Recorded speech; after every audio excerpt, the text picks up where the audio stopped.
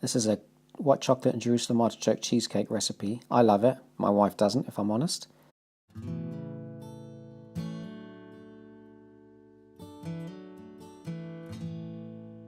So, artichokes, peel them and then put them in some acidulated water straight away, otherwise they decolour. So there you go, I've just squeezed lemon juice from 1 lemon in half with some water, and that's where I put them. And then because I'm steaming them, I'm just going to chop them up so they cook quicker. You can leave them whole, but it just takes a bit longer. So put them in the steamer. It takes around 40 minutes, I would say, before they're soft and pliable.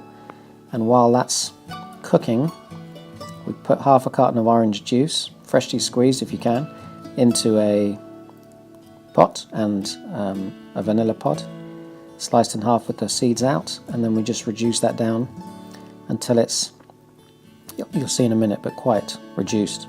Intensifies with flavour. In a pan, put your sugar and your water and just bring that up so it turns into a syrup.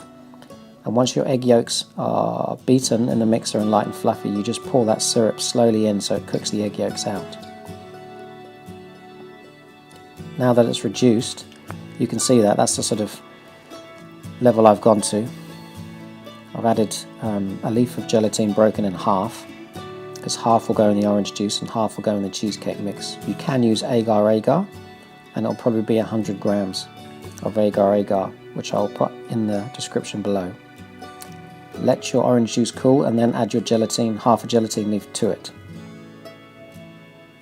That's my biscuit crumb mix for the base of a cheesecake, which is just the biscuits mashed up and the butter added once it's been melted.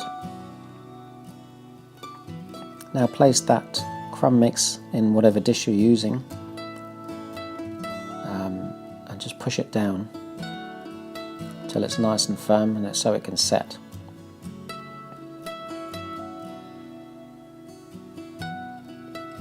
As I said, it'll take about 40 minutes for your Jerusalem artichokes to soften. Just check them, it might take longer, it might take less, but mine are pretty pliable now, so I shall probably take them off the heat. Add to your egg yolk mix your cream cheese, your melted chocolate, I just did it in the microwave, and your other softened half a leaf of gelatine, or at this stage it's where you add your agar-agar to the mix and just give it a really good velvety mix. Now I've decanted the artichokes and I'm using a masher.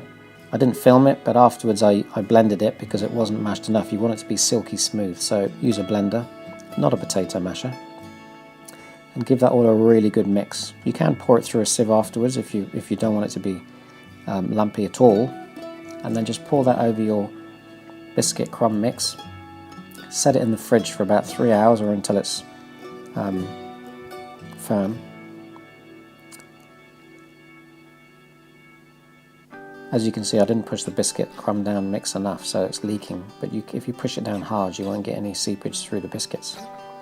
And then once you've taken your cheesecake mix out of the fridge, you can add your reduced orange juice with vanilla in it and your gelatine, and that's cool as well. You want the cream cheese to be soft and cold.